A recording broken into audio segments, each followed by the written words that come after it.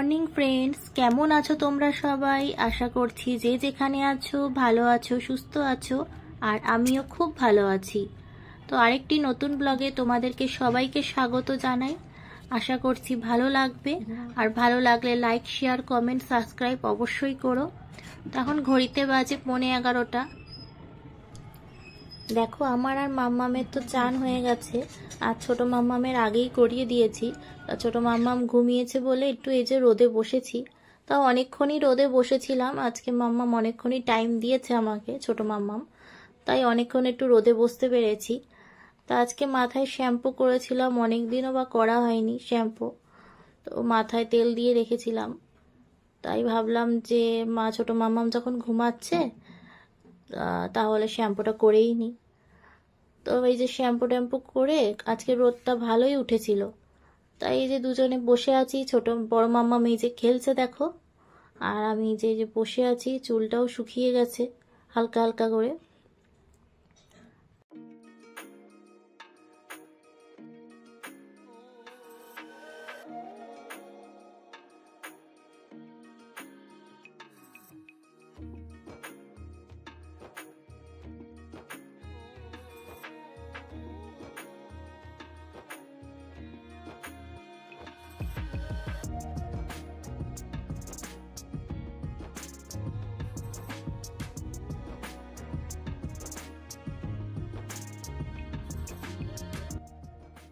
সকাল সকালই চান করে নিয়েছিলাম, আর যত বেলা বাড়বে তখন আর চান করতে আর ইচ্ছা হবে না, তাই সকালেই চান করার চেষ্টা করি বেশিরভাগ। আর আমার শ্বশুর বাড়িতে থাকলে তো আমি সকাল সকালই আমার চান হয়ে যায়, সব বাসি কাজ সেরে সকালের চান কমপ্লিট হয়ে যায় আমার। আর দেখো, বড় মাম্মাম এখানে খেলা করছে, এই যে নাচ করছে। আর ওইদিকে তো ছোট মাম্মাম উঠে গেছে, দিদু ডাকছিল যে ছোট মাম্মাম উঠে গেছে আমার।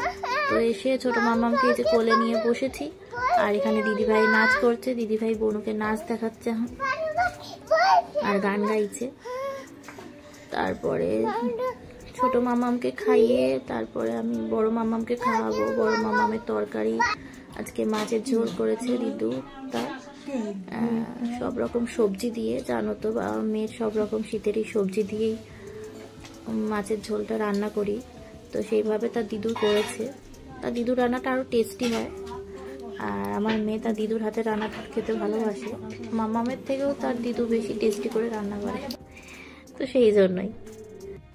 তো আজকে দেখো, বাড়িতে একজন স্পেশাল মানুষ এসছে। সেই স্পেশাল মানুষটি হলো আমার মাসিমণি। তো আমার খুবই প্রিয় মানুষ, কাছের মানুষ বলতে পারো। তো আমি প্রচুর খুশি হই আমার মাসিমণি আসার কথা শুনলে, আর আসলে প্রচুর খুশি হই আমি। আর যদি বলে থাকবো তো আরো খুশি হই। দেখো, মাসিমণি হাত মুখ ধুয়ে বসেছে, এখনো জামাও চেঞ্জ করেনি। তো মাকে জিজ্ঞাসা করছে তুই কি রান্না করছিস? মা বলছে আজকে আমি লাউ শাক রান্না করছি, আর আজকে আমচুর দিয়ে বাটা মাছের টক। তো মাসিমণি বলছে খুবই ভালো খাবার আজকে। তো মাসিমণি শাক খেতে প্রচুর ভালোবাসে, তো মা ওই জন্য বাটিটা করে একটু খেতে দিয়েছে মাসিমণিকে। তো আমার মেয়েও পাশে বসেছিল, বড় দিদুর সাথে টুকটুক করে খাচ্ছিল। তো তারপর মেয়েকে ভাত খাওয়াতে বসেছি, তো মেয়েকে ভাত খাইয়ে নিচ্ছি, তারপরে আমি খাবো।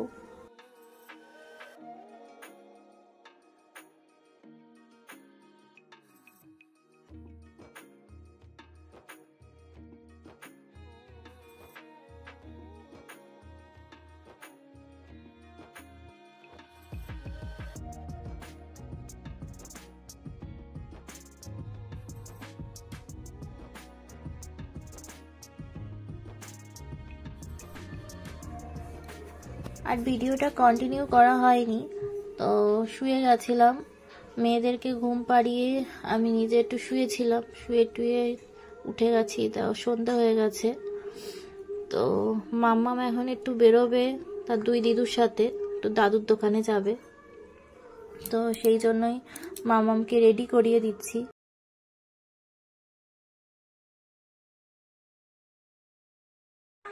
মা চা বানিয়েছিল, দেখো আমি এই যে নিয়ে খেতে বসেছি, আর মাম্মামকে কোলে নিয়েই খাচ্ছি। আর মেয়ে তো ওদিকে চলে গেছে দিদুদের সাথে বেরু। তো মাসিমণিকে আসার সময় ফুচকা নিয়ে আসতে বলেছিলাম, ফুচকা খাবো।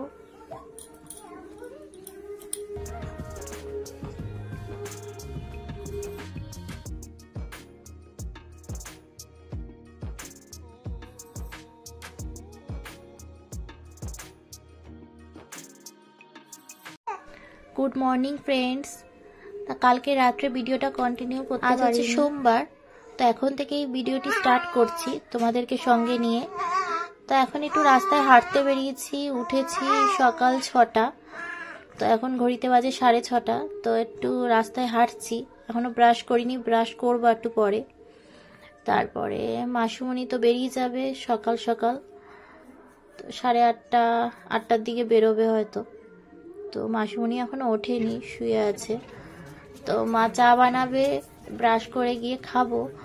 তো সকালবেলাটা আমার চা খাওয়া হয় না, কিন্তু মাসিমণি আছে তাই সবাই মিলে একটু বসে চা খাবো, সেই জন্য। দেখো আর কি চা খেতে বসবো, আমার ছোট মামাটা উঠে হাজির হয়েছে, তো তাকে নিয়েই চা খেতে বসেছি। এই দেখো সবাই মিলে চা খেতে বসেছি, আমার বাবাও আছে সাথে।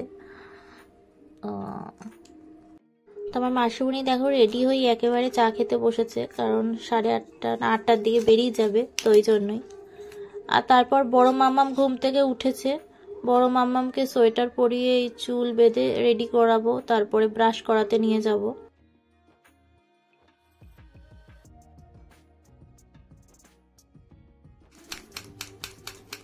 দেখো মাসিমণি এই যে চলে যাচ্ছে, তো কাজ আছে। তো ঠিক আছে, তো আজকের মতো ভিডিওটি এই পর্যন্ত। তো আরেকটি নতুন ব্লগে তোমাদের সাথে আবার দেখা হবে। আজকের মতো টাটা, সবাই সুস্থ থেকো, ভালো থেকো।